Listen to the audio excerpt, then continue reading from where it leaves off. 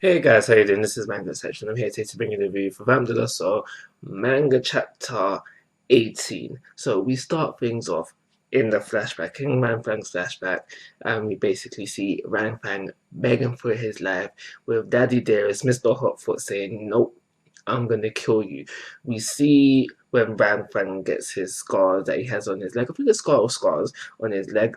In the live action, I made a mistake and think, oh, he was holding his arm, but it was actually his leg. So we see him get the scars. I can't remember if he's got but regardless, we know the origin of the scar.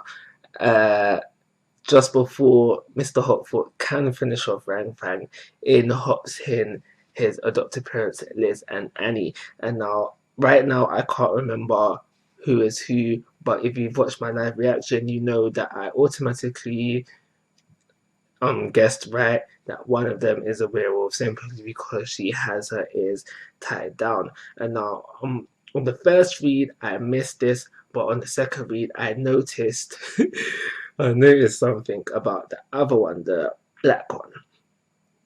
She either had a Dragon Ball Z type aura around her, or, and this is the one I'm rooting for, that was her tail, meaning that she was also a werewolf. And now, what um contradicts this is other panels where the tail should be visible, but it's not. But this can be simply a mistake by James, or they tucked it away. They mentioned tucking Rangfang's tail and ears away later on within the chapter. So maybe within that instant, she tucked it away. But I'm just assuming. I'm most likely. Yeah, I'm assuming that this is just something James overlooked. He just forgot to draw the tail when it says that. I think it was this. I can't remember right now if Liz's tail is ever shown, but there's times where Liz's tail should have been present as well, where it wasn't. So Rangfang gonna get killed by his dad. His dad scars his legs, goes in for the kill. In hops in Liz and Annie, and Liz and Annie to save him. They manage to protect Rangfang and convince Rangfang's dad, Mr. Hotfoot, Daddy Dearest, to leave Rangfang under their care. Mr. Hotfoot was like, yeah, all right, cool, cool. But if I see him again, I'm gonna kill him. He tells this to his son, if I see him again, I'm gonna kill him. Don't make me ever see you again, boy, because if you get me, it's on your dead man.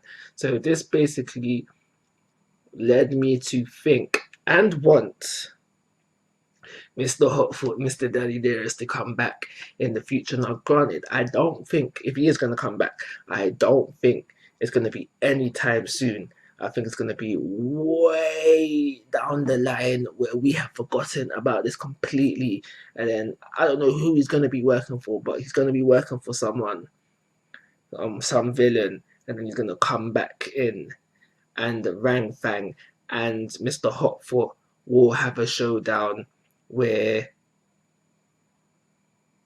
maybe there is, I don't know, but there is going to be a family dispute sometime down the line. I definitely see that happening, with obviously Rangfang coming out top as the winner.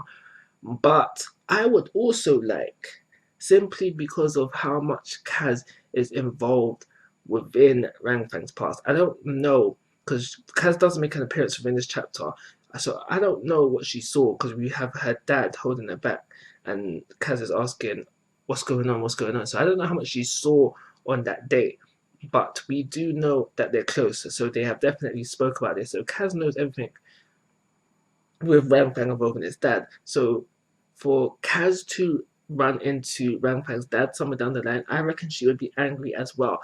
So it's for those emotional reasons I would like for when Rangfang's dad does come back, because I 100% do believe he will come back sometime down the line, I want Kaz to run into him first.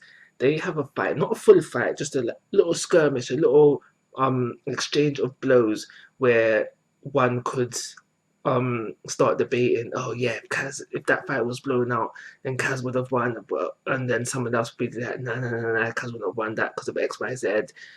I want that kind of thing where they have a fight where it's not a finished fight, simply because of the emotional involvement between Kaz and Rangfang. That's something else I also would like. So, like I was saying, we see Kaz within this chapter as well with her dad. We found out that it was the dad who called the police to help make Mr. Hotfoot, Daddy Dearest, back off. So that happens now. He's backed off. He said, next time I see you, I'm going to kill you. And that's where Liz and Annie do the introductions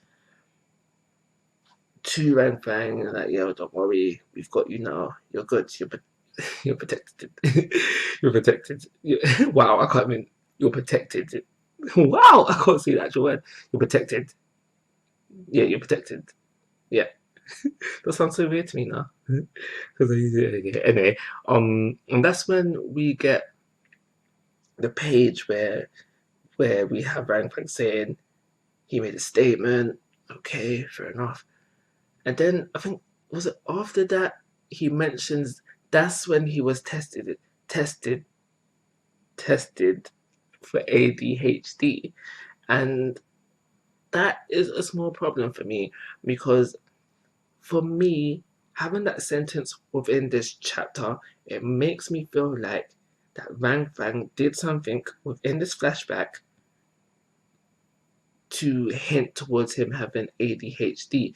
And now I don't know nothing about it. I don't know anything about ADHD, so I had to go and quickly Google symptoms for ADHD, and the symptoms I found, he didn't display any of those within this chapter. And now I don't have a problem with Rangfang having ADHD, but like I'm saying, there should have been something hinted to that for why he got tested. Now, this is something James could easily rectify with something that he's hinted that he's going to tell us at a later date. But nothing within this chapter makes me think that Rangfang should have been tested for ADHD. The next thing is the whole thing where Rangfang says he's tried to run away. Fair enough, but clarification. Why did you try to run? Why did you try to run away? That's something that can be easily rectified as well later on down the line with another flashback, or just a sentence or two. And I think there's one more thing, and I'll quickly check. But yay, too far. Don't want to spoil. Just look at the numbers, Mr. Okay, cool. Quickly, there was one more thing. I tried to run away. Then I'm at Kaz, and that's a story for another day. Yeah, okay, cool. Yeah, that's fine. Like I said, flashback pending. I get it. We'll get that. So that's everything within the flashback within this chapter, and then we move back into present day where Rangfang is trying to not trying to. The fight continues. So he gets to the punch in. BuzzFeed gets a punch in as well with a grab.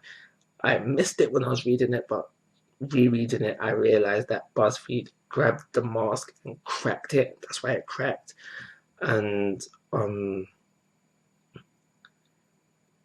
Dragon Mistress hopped in there as well.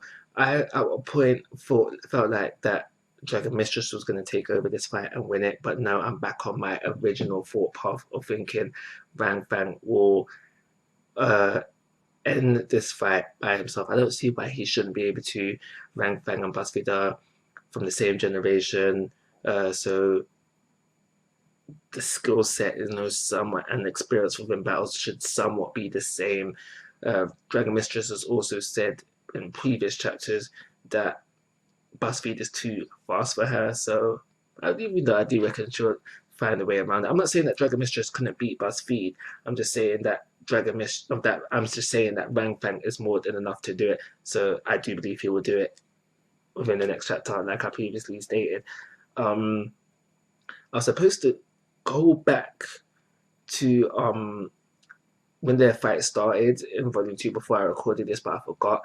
But the whole thing with the mask cracking, I do believe there's some significance to the mask. So basically, what I'm hoping for within the next chapter is that problem to just be readdressed or addressed for the first time if it wasn't within volume 2. I'm pretty sure there's something about the mask and why he wears it, why he's in this form. But there's something there that I feel that needs to be either addressed or readdressed, because there should be a reason for the mask. But yeah, that's everything I've got to say about this chapter. The fight should be wrapped up within the next chapter, like I previously predicted. I'm going to give this chapter a 4-star rating simply because backstory, like I said, like I always say, backstory, developing characters is always a good thing. And I really enjoyed Rangfang's story. The only reason I think that I'm not hopping this up to the perfect 5 is simply because I found little things to nitpick on, especially the ADHD thing. If that was, yeah, if that's in fact, I think if that sentence wasn't in the chapter, it would have got a 5. I think. But anyway, of course, guys, I'm asking for your thoughts and opinions. If you haven't already, please subscribe to my YouTube channel. But most importantly, take care. Have a nice day.